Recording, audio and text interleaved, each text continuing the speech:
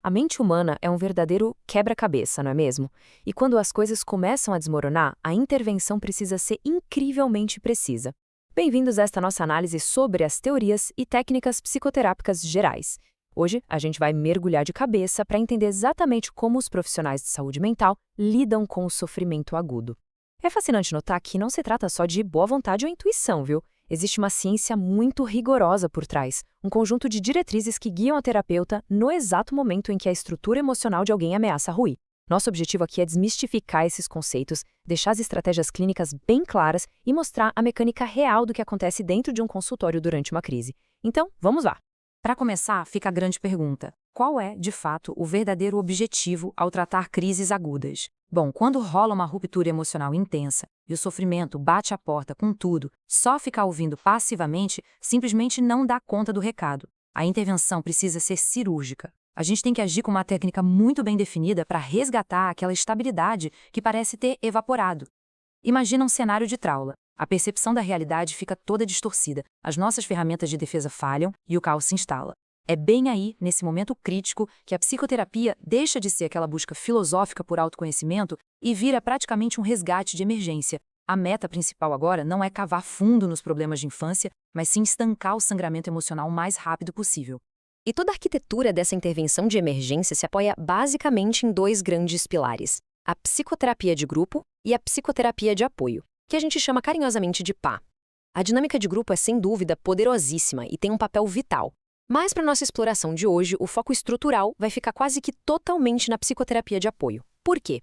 Porque é nela que mora o mecanismo principal de intervenção individual, aquele desenhado milimetricamente para resgatar a funcionalidade da pessoa em momentos de pico de estresse.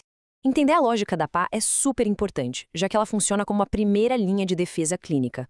Seja lidando com um luto inesperado ou um diagnóstico assustador, é esse apoio individual que dá aquele primeiro chão firme para a recuperação começar.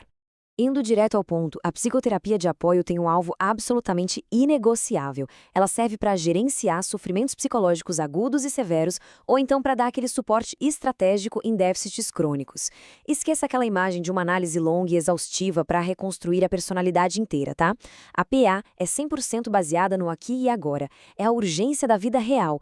A ideia é conter os danos imediatos na psique para devolver à pessoa a funcionalidade básica do dia a dia. É muito importante deixar claro que nesse exato instante, o foco não é encontrar uma cura mágica para um transtorno antigo. O que importa é garantir o mínimo de estrutura mental para que a pessoa consiga simplesmente levantar da cama e seguir em frente enquanto a tempestade ainda está caindo lá fora. E se a gente olhar para a visão super pragmática de pesquisadores como Curdioli e seus colaboradores, lá em 2008, o objetivo central fica bem claro: ir direto no foco da dor. Isso significa eliminar os sintomas imediatos e reduzir aqueles comportamentos que não estão ajudando em nada. Na prática, o que acontece numa crise é que as nossas defesas normais dão pane e as reações ao mundo ficam bem disfuncionais. O medo pode virar uma paralisia total, a tristeza pode virar um isolamento severo. Então a ação terapêutica entra em cena para cortar esse ciclo destrutivo de forma bem incisiva. Ela funciona quase como uma muleta psicológica temporária, sabe? Oferecendo um suporte firme e seguro até que o nível de estresse baixe e a casa volte a ficar em ordem, garantindo que o buraco não fique ainda mais fundo. Tem uma citação do Mendes, de 2016, que resume a mecânica de tudo isso de um jeito brilhante. Ele diz que a PA é, no fundo, uma relação de ajuda estabelecida pela DIA de paciente-psicoterapeuta. Essa união, esse parzinho terapêutico, é indispensável. O terapeuta não está ali para mudar magicamente a realidade cruel lá de fora, mas sim para promover o ajustamento interno necessário para lidar com ela. Nesse modelo, o profissional não é aquele observador mudo e distante que a gente vê em filme. Nada disso. Ele é um aliado super ativo na restauração do equilíbrio. É exatamente a força e a segurança dessa conexão que criam um terreno seguro para quem está desorganizado pela crise começar a colocar as ideias e emoções no lugar de novo. E como a gente traduz isso para a prática clínica? É uma verdadeira reação em cadeia, dividida em 3 passos que dependem totalmente um do outro. Primeiro de tudo, construir a base, ou seja, estabelecer essa relação de ajuda e criar um vínculo de confiança gigante. Depois, a gente entra na fase tática, promover ativamente o ajustamento, dando as ferramentas para a pessoa encarar a nova realidade, por mais dura que seja. E por fim, a gente chega no grande objetivo: restabelecer o equilíbrio psíquico geral.